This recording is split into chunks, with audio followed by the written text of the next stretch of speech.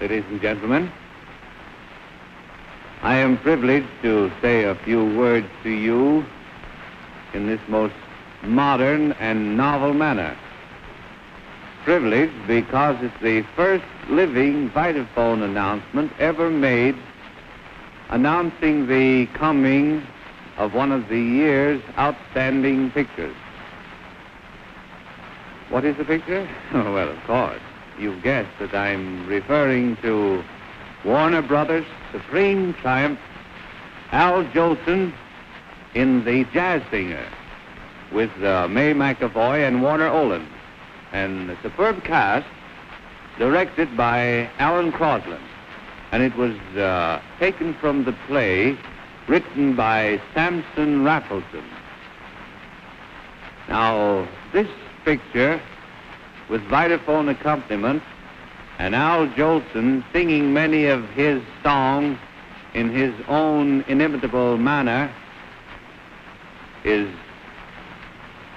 a big hit in New York, to such an extent that Warner Brothers Theater in New York City, where The Jazz Singer is now playing, is sold out for many weeks in advance.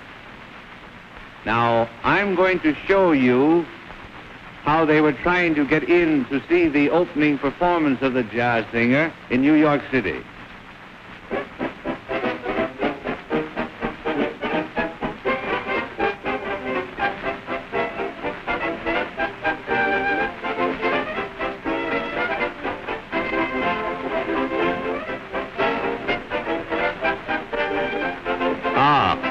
There we have Jesse Lasky and Morris Guest and his wife.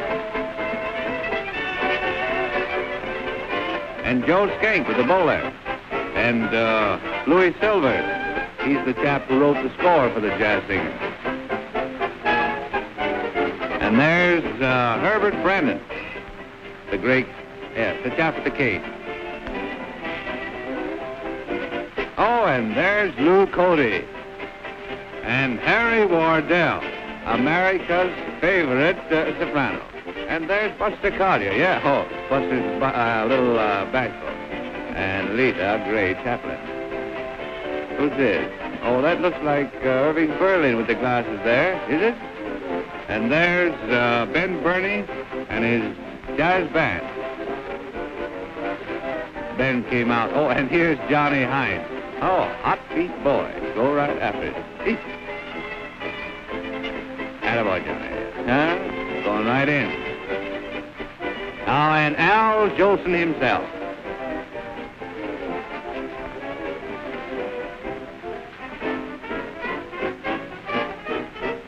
Attaboy, Al.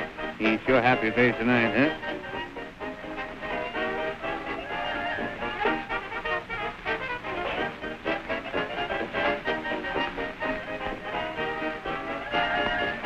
We even have a top. They're always there. How do you like that crowd?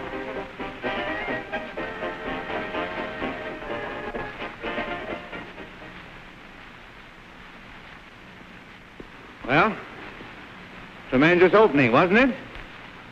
Now, I'm going to show you a few scenes of what the crowd saw on the inside of the theater.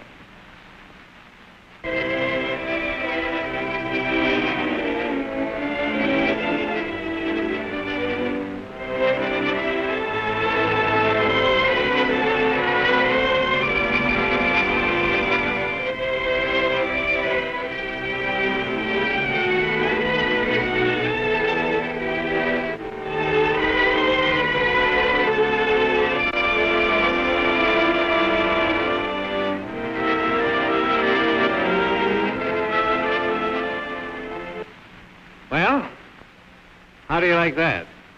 Huh?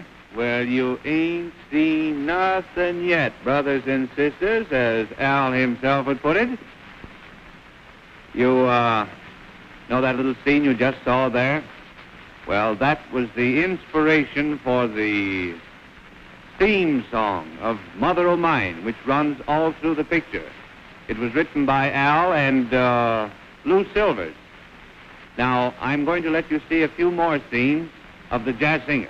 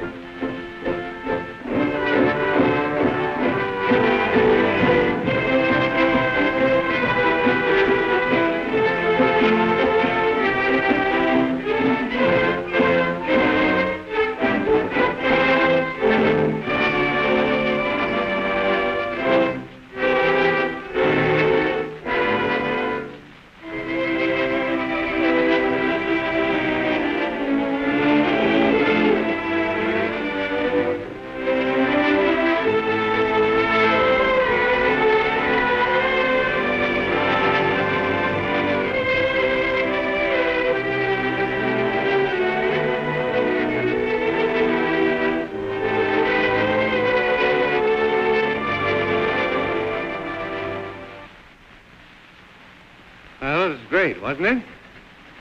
Now, these few little scenes that you have just seen only give you a vague idea of the rare treat that is in store for you when America's foremost entertainer makes his appearance here in the Jazz Singer.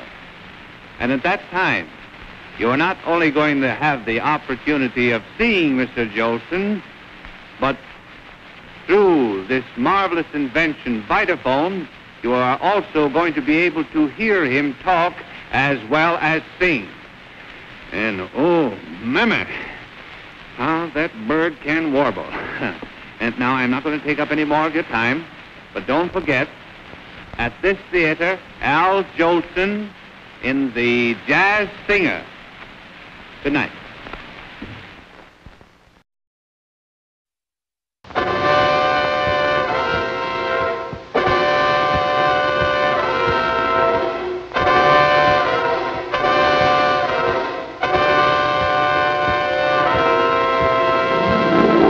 When Laura Z. Hobson's great story, Gentleman's Agreement, first appeared serially in Cosmopolitan magazine, its 20 million readers were startled at its daring.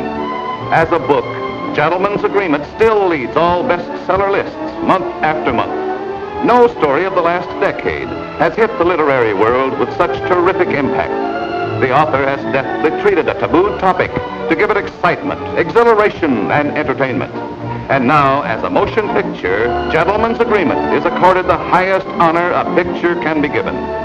Here we see its producer, Darryl F. Zanuck, receiving the Academy Award for the Best Picture of the Year.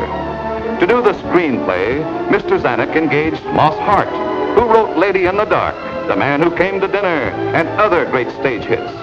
For director, he chose Elia Kazan, whose talents now win the Academy Award for the Best Direction of the Year. In selecting the cast, the roles were filled with unusual care. The part of Phil Green, the fighting author, was given to Gregory Peck. Well, face me now, Miss Wales. Come on, look at me. Same face, same eyes, same nose, same suit, same everything. Here, take my hand. Feel it. Same flesh as yours, isn't it? No different today than it was yesterday, Miss Wales. Dorothy McGuire was chosen to play the emotional but confused Kathy.